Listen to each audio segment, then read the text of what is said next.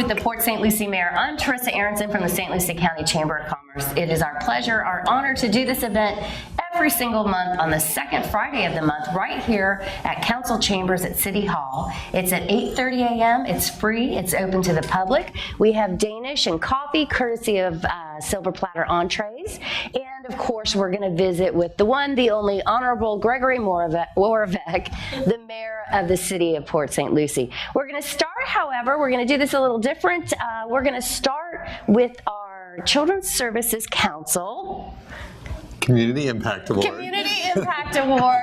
We're going to do that up front. So I have with me right now, of course, the Executive Director of the Children's Services Council, Mr. Sean Boyle. Good morning. Good morning. I was hoping you were just going to turn the award up so I could read it. Well, it's televised. I think everybody could see you that. wanted me to struggle, didn't you? I know how you are, but that's okay. So we've been doing it for about a year, and I've almost got it down. Yes. But it is the Community Impact It's a Award. lot of words. It's 3 words. Well, it's the Couple syllables. It's like 6 words. Children's Services Council Community Impact Award. I mean, it's a lot of It is stuff. a lot. It is a lot. Okay, very good. So we've established my threshold for retaining information, which is not very high.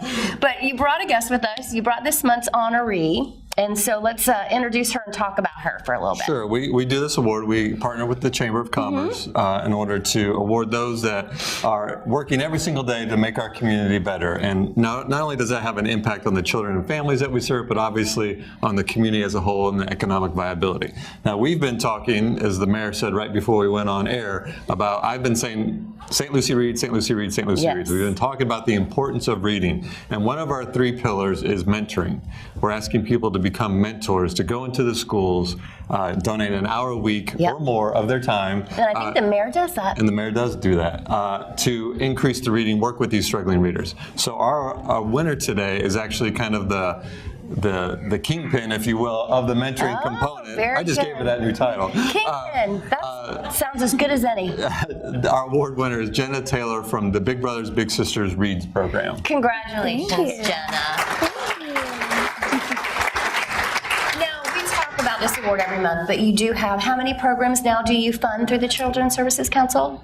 50. 50? I say with relative confidence. She's nod looking at her in phone. agreement? I think she's checking too, but I believe Very it's good. 50. Okay. So, and we always pick somebody from one of those programs, and you're, of course, from Big Brothers Big Sisters. Everybody's familiar with that. Yes. So tell us a little bit about yourself.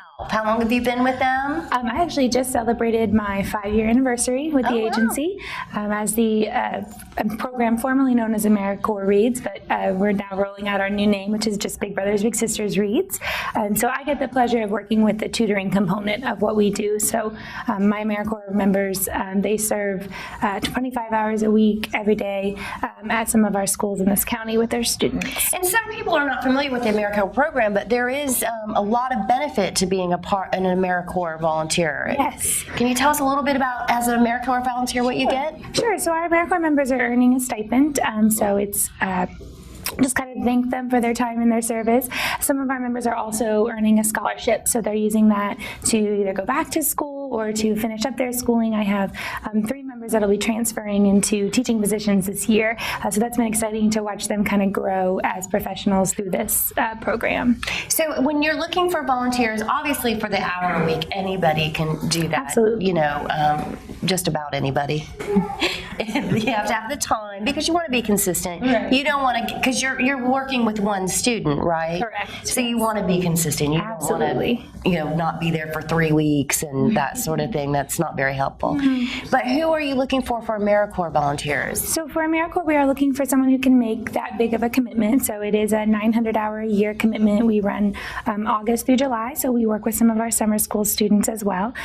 Other than that, we just really want someone who has a heart to serve this community. We provide 2 weeks of training, and we have ongoing professional development.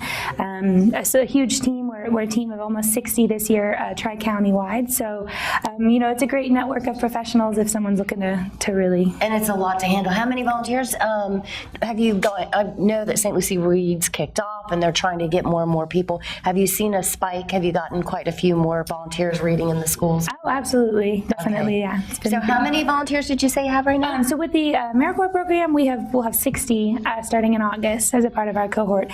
On the mentoring side, I'm not sure, So, a lot. but a lot. Okay, very And good. the AmeriCorps members are like the super mentors, right? 25 hours 25 hours a a week. week, They're totally committed. Yes. Very absolutely. good. Well, congratulations. Yeah, thanks for having me. Thanks for all that you do, and I know Judy Miller, quite well over there, and we just honored her as our Fort Pierce Women of the saw Month. Judy Miller from Big Brothers Big Sisters. So, congratulations Thank you. again. Thank you. And thank you. And if they're interested in reading or being 1 hour a week, or even becoming a full-fledged AmeriCorps volunteer, how do they contact you? They can call our main office, which is 772-466-8535, or go on our website, which is just bbbsbigs.org. It's the worst to give out. bbbsbigs.org. Okay, We love our acronyms. I know. We do love an acronym, don't we? Yes. Very good. Thank you, Sean, for Thank bringing you. Jenna for us to honor. Thank you. All right, very good. And we will be right back with our HCA representative, our sponsor this month.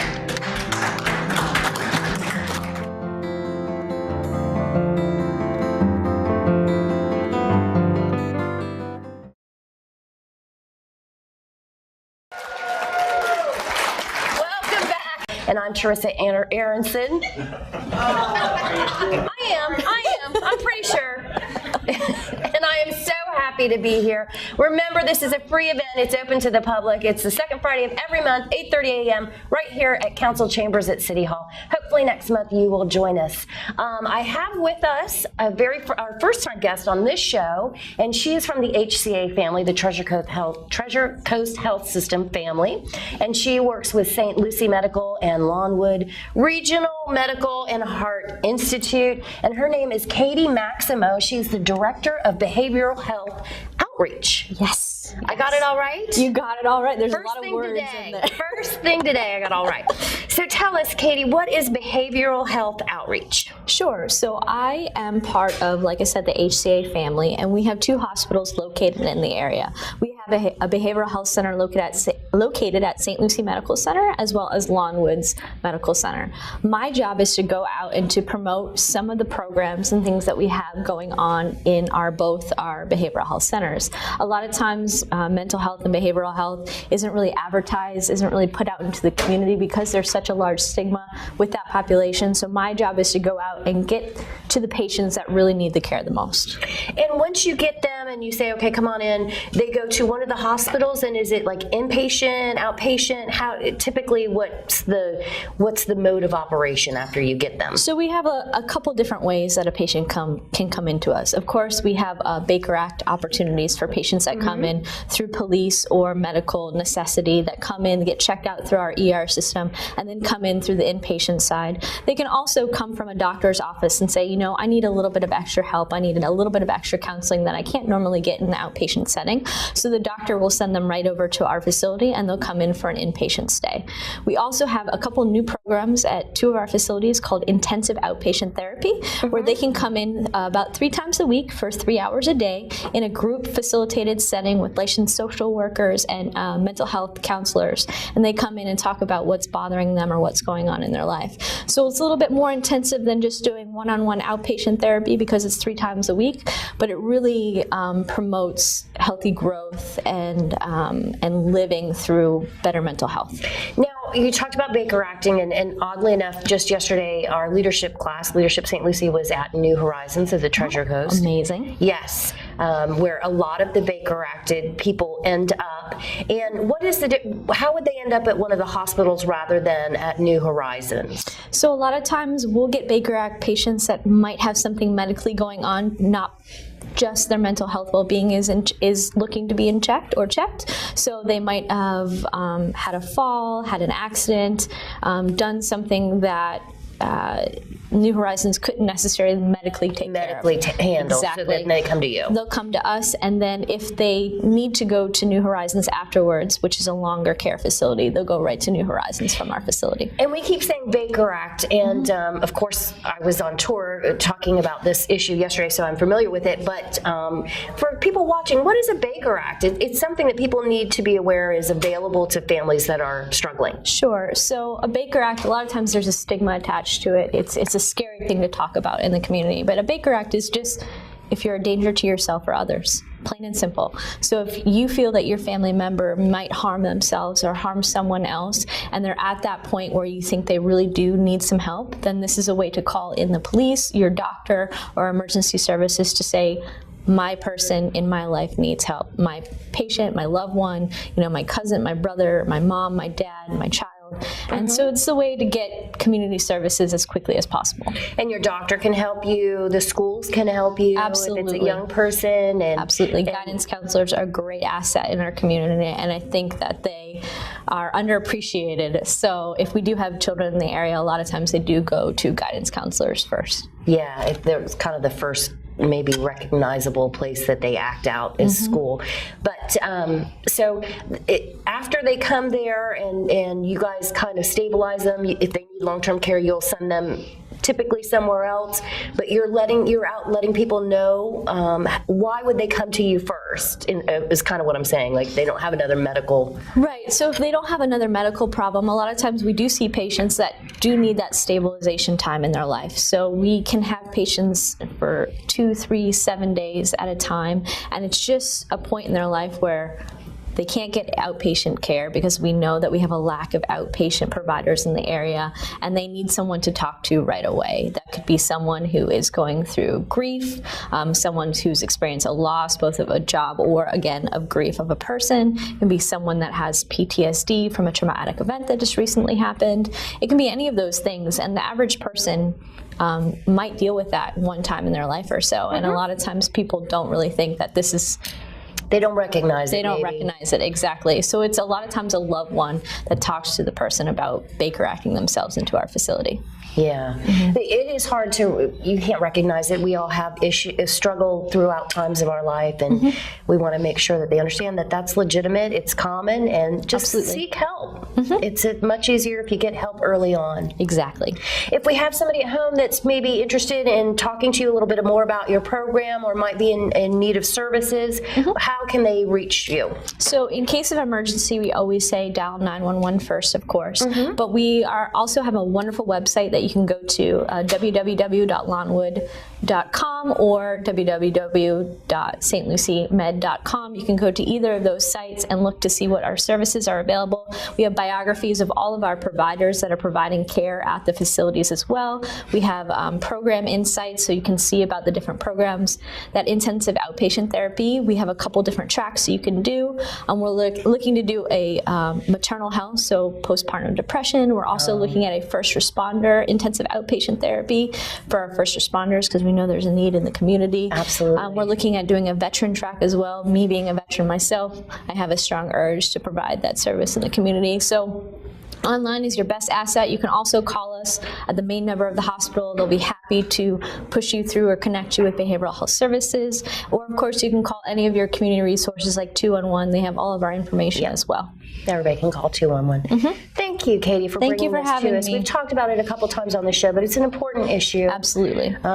Mental illness really affects all of us in some way or another. So I never mind talking about it a little bit more. So thanks again. And thank you to HCA for allowing us to have this whole series throughout the year. It's been very much. Very educational. Perfect. All right, very good. Thank you. Well, we will be right back with Mayor Gregory Orbeck.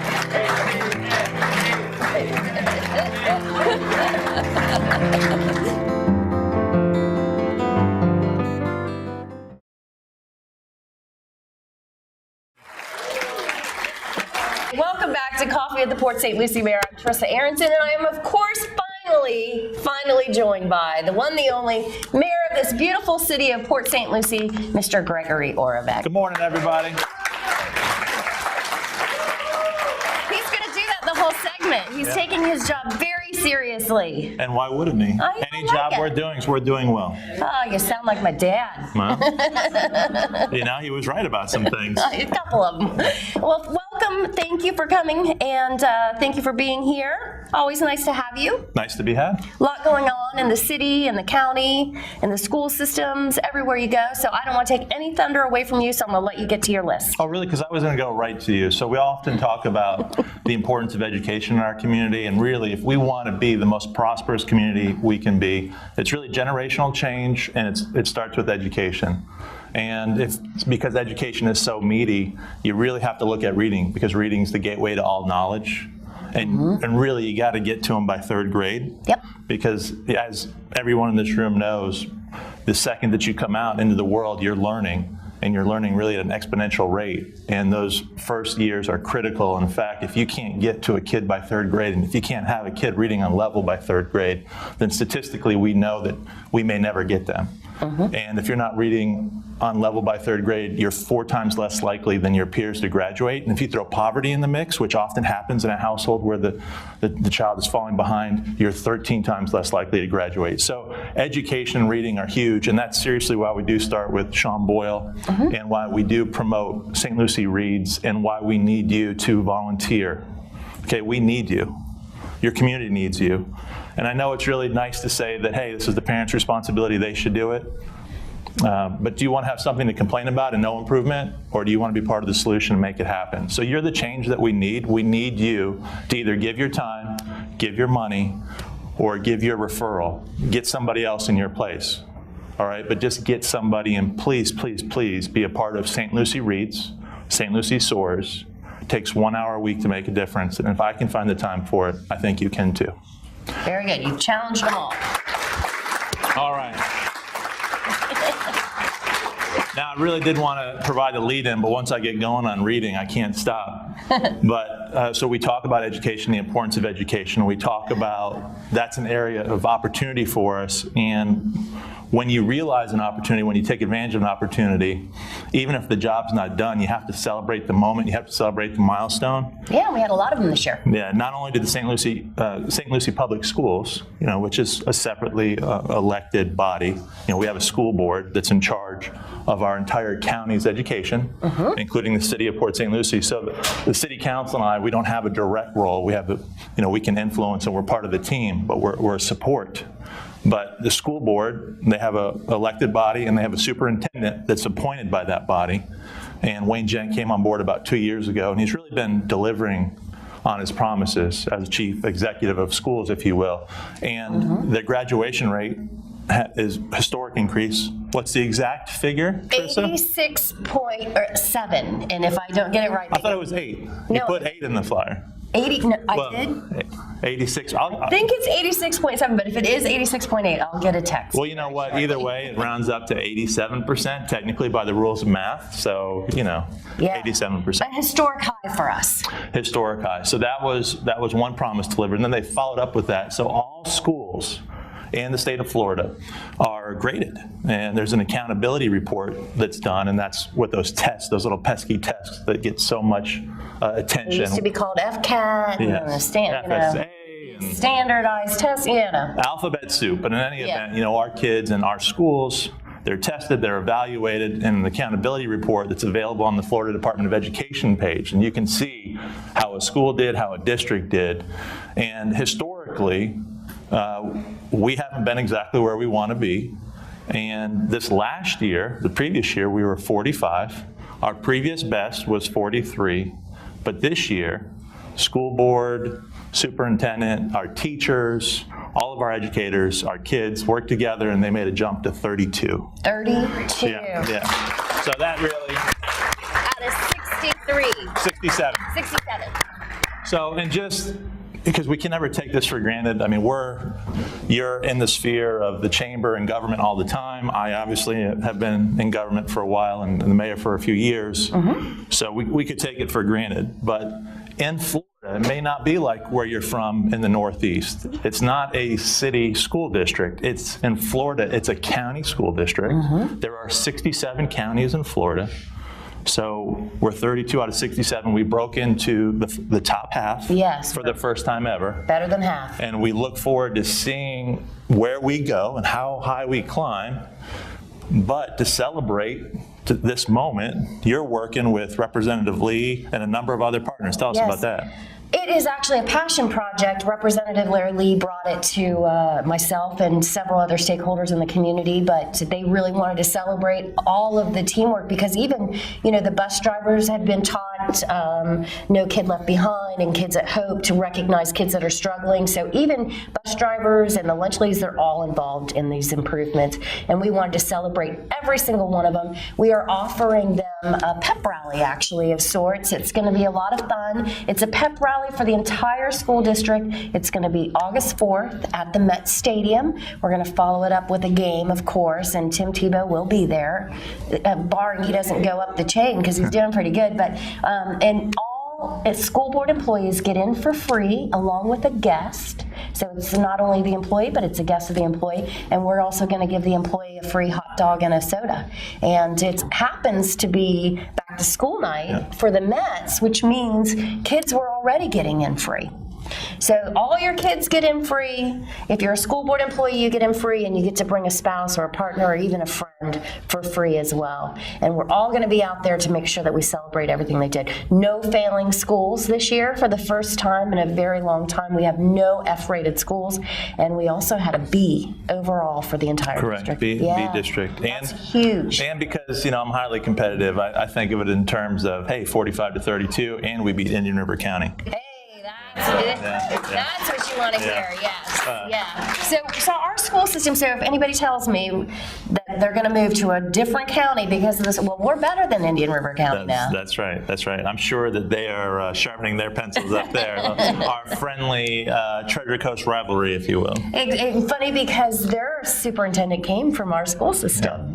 So I'm sure he's really on it now. But we're excited about it. It is something to celebrate because it affects us all. It affects our quality of life in terms of economic development and sales of homes and even all those retail outlets that everybody wants. These types of things are moving us towards all of those great things here in our community. It's exciting. It is exciting. So pep rally, what date? August 4th. What time? We're asking everybody to get there from the school board by 5 o'clock so we can celebrate them separately. All right, so kids get in free if you're a school district employee of any sort, because it takes the whole team to win. Everybody on that team is important. Bring your school ID.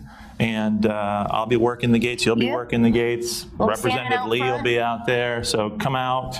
And it would be great if we could break the attendance record at First Data Field in celebration of our schools and the hard work of our educators out there. I'm almost positive that we are going to break the attendance record. So I'm happy about that. And I know that we have some new school board employees that aren't going to have their ID yet.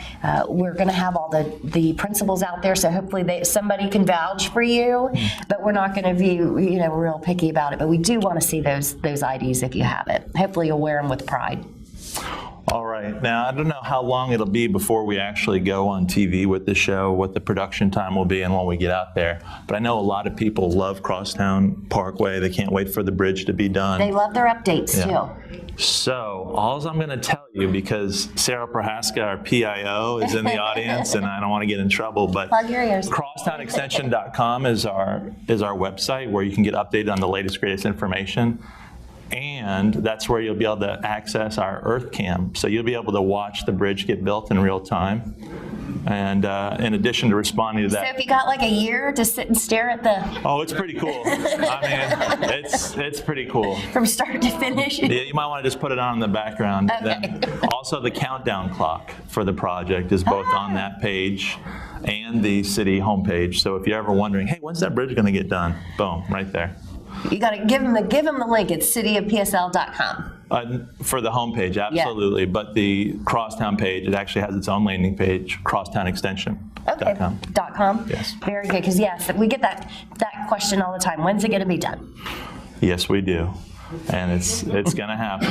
It's going to happen, and it's even counted by the milliseconds. I mean, that's overkill, but just it's go cool. To cityofpsl It's very cool to see. So, all right, let's. What do you want to hear about today? Anything? Who do you think? Raised her hand first? Yes. Jane Rowley. Of course. She's making the dire difference back there. She is. And thank you for your donation. We're going to do a trivia question to give away the dire difference oilage. Thank you. I'd like the mayor to explain the fact that the county is talking about a pretty decent increase in taxes, and a lot of the city folks are saying, We had a big increase a couple of years ago. What's going on? Can you explain the fact that you do not have any control over that? Well, I think she just did. Well, that's why, Jane, I think of as a mom. I love her and I've known her so long. She doesn't want people yelling at you if you do anything. She doesn't. She's very special. I don't want to tear up here, but what I will say is that again, this is another thing that we take for granted, and this is why I kind of went into the school board.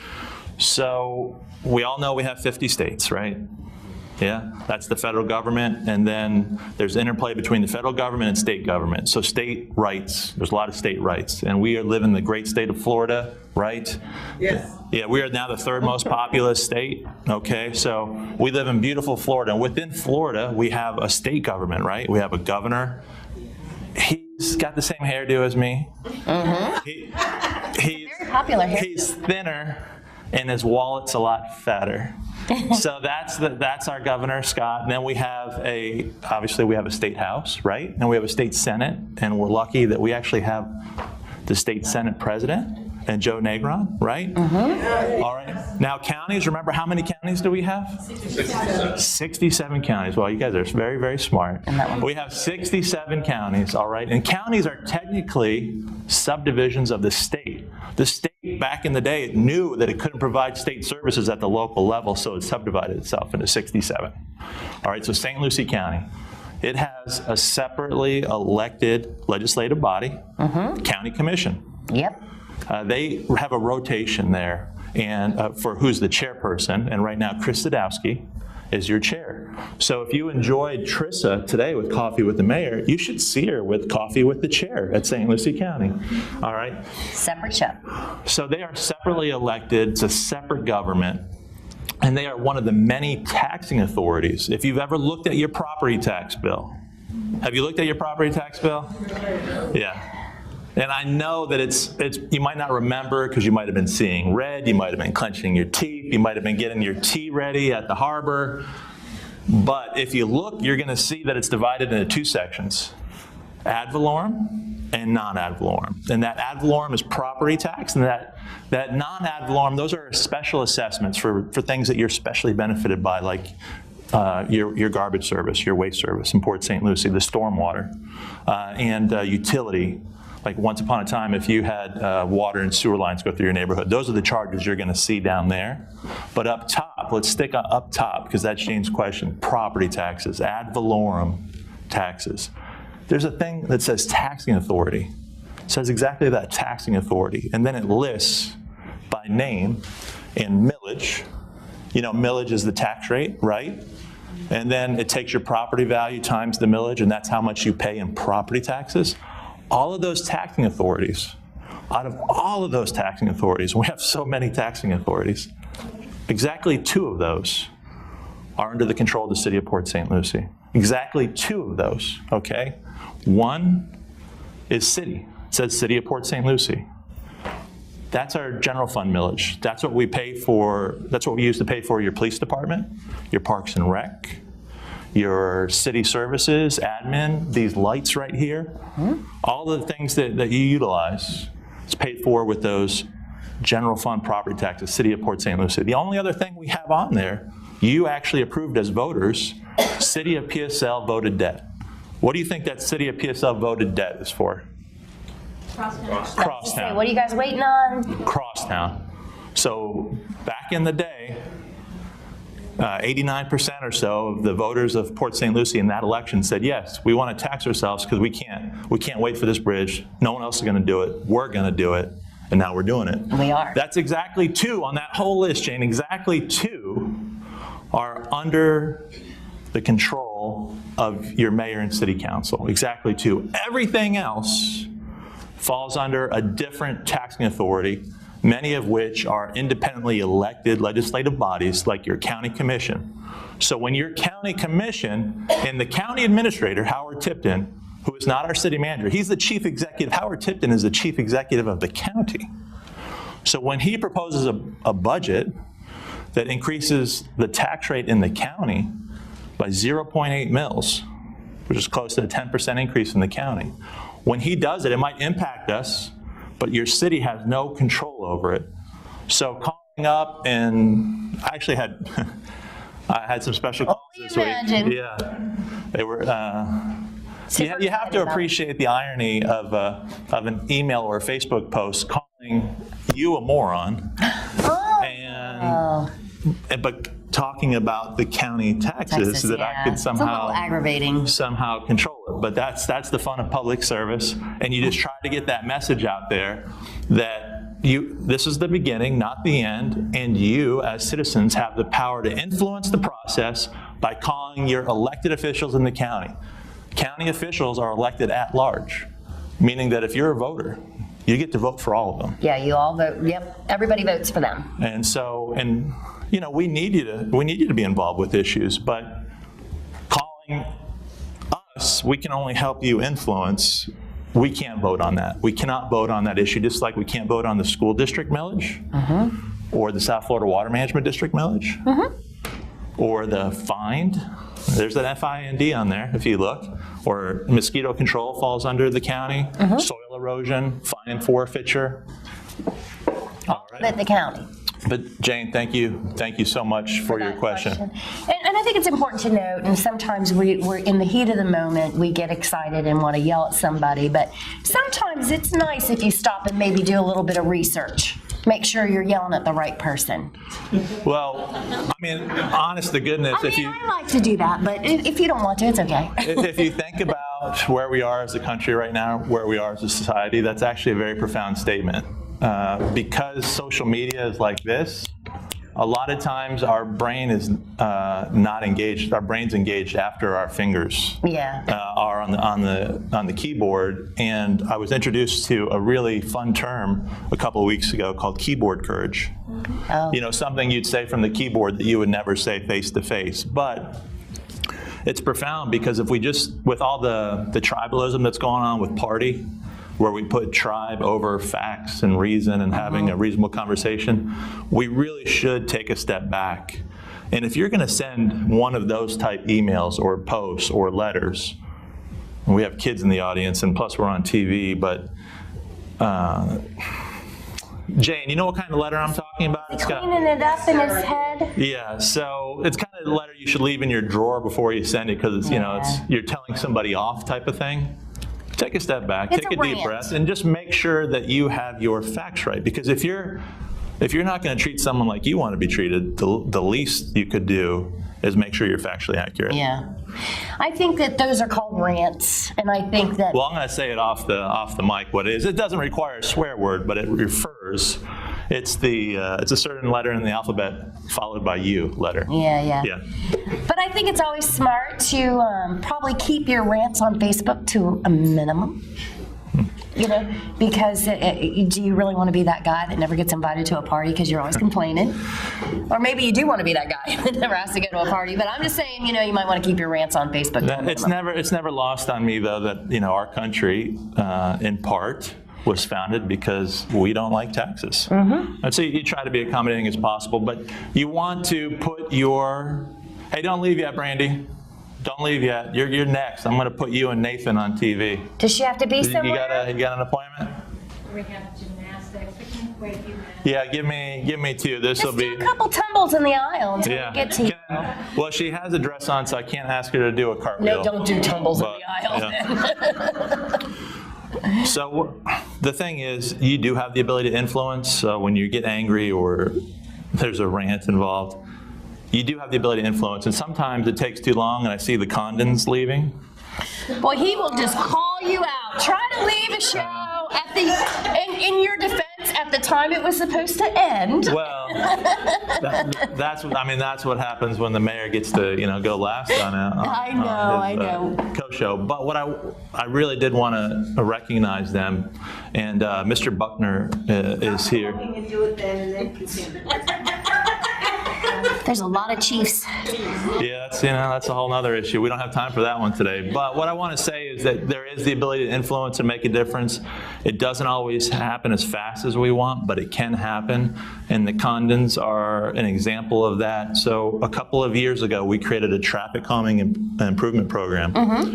And they are our first project. And it happened because they were champions. Improved? What? They need calmed and improved, is that what you're saying? No, that's the Condon family, and they live on Carter Avenue, right? Is it Carter? And they were having problems with traffic issues, just like Mr. Buckner is on Melaleuca. And they said, hey, city, can you help us with this? And we said, yes, we're going to create a program. And a lot of people are facing traffic issues in their community. And not only will that improvement project, it won't be a silver bullet, but it will change traffic behavior.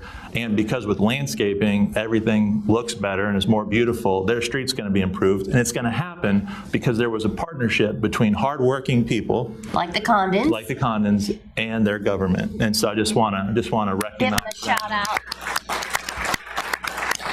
And just remind everyone that really this goes back to you are the difference. You can be the difference. It doesn't happen by itself, though. It takes more than the keyboard. It takes blood, sweat, and tears. It takes hard work. It takes working together. And you know what's better than working hard? Working smart. Yes. So. And what ended up being put in there, like a roundabout or some Pitching down the road. Perfect. So the reason why we like to go fast is because we feel like spaces are wide open and it allows us to travel at a high rate of speed. Once you pinch that down and your eyes see that, oh, do I have enough room to fit through there? You actually slow down And they did that on traffic. Carter. Yes. Very good. Yeah. And Speed bumps. No, don't put that in the universe. It's not speed bumps. Speed tables. Speed tables. Yes. Oh, Yeah, the wider version of the bump. Yeah. So well, it's the table. It's the table, Trissa. But thank you so much. All right, and now just because it is summer, I would like to invite them. We had kids bringing down our average age today, so I know that I met Brandy, and if she ever gets in trouble, I'm going to call her Brandy Ann. And I met Nathan, who's here for a Boy Scout project, and he has a brother and then a little baby brother that was super cute. So why don't you guys come down, feel what it's like to be on TV. What's this, what project are we working on for them? We'll get a... Come on over here, Nathan. All right, I'm going to get off my high soapbox. Come on over here. Come up front. What's your project that you're working on? Boy Scout project. And what is the project? It's like a prerequisite that I need for camp this weekend. Is there a come listen to the mayor and the chamber lady talk badge? No. No, but there is a attend a public meeting. Yeah. There And is. how about you got to give us something good to go with? What's the motto of the Boy Scouts? Be prepared. Oh, and he was prepared. Give him a round of applause. Thank you, Nate. It's nice to meet you, buddy. Come on up, Brandy. How are you? We hear you're missing gymnastics to do this little dog and pony show. What's your favorite? Tell us what your favorite gymnastic move is. Cartwheel. Cartwheel, excellent. So we're gonna have you back when you're in proper attire to do a cartwheel for us. All right? No pressure. I know, I do those in the house. Oh yeah. Are you up to roundhouse yet? Round off. Round off? And yes. He's such a boy. He's thinking of roadhouse. What's a one-arm cartwheel? What's that called? A one-arm cartwheel. One-handed cartwheel. And then if you twist, is that the round off part of it? No. You have to land on both feet at the same time. At the same time? Yeah. That's a roundup. What happens if you don't land on both feet at the same time? Does a trap door open up with alligators? Then it's a cartwheel again. He's such a boy. I know where you're coming from. A roundhouse is a kick for boys, right? And if you don't land on both feet, then it's just a cartwheel again, kind of. What about, do you think you could do a backflip off the dice? No, not yet. No. All right. Next time. Her mother's gonna. Yeah. She could be trying now. Thank you. Well, she's very responsible. She will only do that. Never do that without proper Look at that. supervision I mean, and training. look at that. All right. All right. Thank you Well, it was for nice to coming, meet you. Brandy. Thank you. Head off to gymnastics. All right. Well, you got a shirt that says "Be Awesome," so that's pretty sweet. Say check. What's your name? Nailed it. Nathan. What is it? Nathan. Nathan. What's your brother's name? Jesse. Jesse. Like Oh, I switched them. I'm sorry about that. So you're Nathan, huh? What's your favorite thing to do, buddy? Lots of things. Lots of things. Are you riding a bike? Yeah, you like to ride your bike? Yeah. Can you swim? Oh, you can swim? All right. Well, he was my setup man, because the leading causes of death in young children, like our little buddy right here, Nathan. And what's his brother's name? Justin. Justin. Nathan and Justin. We'll just call him Nathan and Nathan. Jason? Jason? Jesse. Jesse. Oh, you call him Jesse. All right. Jesse? All right. But the leading cause of death, And he's done. co-sleeping, and drowning. Yeah. And really in Florida, we're lucky, we're blessed to live in Florida, and we're blessed by all the water we have. But if you don't know how to swim, that can be dangerous, life-threatening, take your very life away. So we really need everyone to make sure that your children and you know how to swim, right? And the county offers free lessons all summer long. So you're doing a Sign good up job, for them. and they're a very prepared family. They're a Boy Scout family. Right here in Ravenswood in Port St. Lucie, you can get free swimming lessons for your kids all Excellent. summer long. Thank you. Get a picture with the kids. Yeah, We will we'll do that. All right, and that's Well, we're going to do a trivia question because Jane was kind enough to donate the $50 gift certificate for Dyer Chevrolet oil change. The mayor is off into the audience to get somebody to answer the question. What is the question going to be? Do you have one, or would you like me to make up one? I do want them to remember if they want their information on Crosstown Parkway. Where do you go? she was first hand up right there. Stephanie was first. Stephanie, where are we going to send everybody? They can watch the clock down to the second. CrosstownExtension.com. Very well done. Very good. We're going to get this to you, Stephanie. Did you have anything else, Mary? No, we're over. It's time to go. Thank you very much That for is my being cue here, to wrap everybody. it up. Okay. Well, I want to thank Silver Platter Entrees, of course, for coffee and Danish. And I want to thank Mark and Bob for helping us do this show every month. And, of course, the mayor for coming out. And HCA and the Treasure Coast Healthcare System family. They just acquired a bunch of urgent care, so we're going to be talking about that soon, and we're excited about that. I want to thank them for their year-long sponsor. And, of course, Mr. Heening for being our fill-in hype man today. And all of you for coming out this Friday morning to spend this time with us. And hopefully next month you'll come join us too. It's free, open to the public, 8:30, second Friday of the month, right here at City Hall. Have a great day, everybody.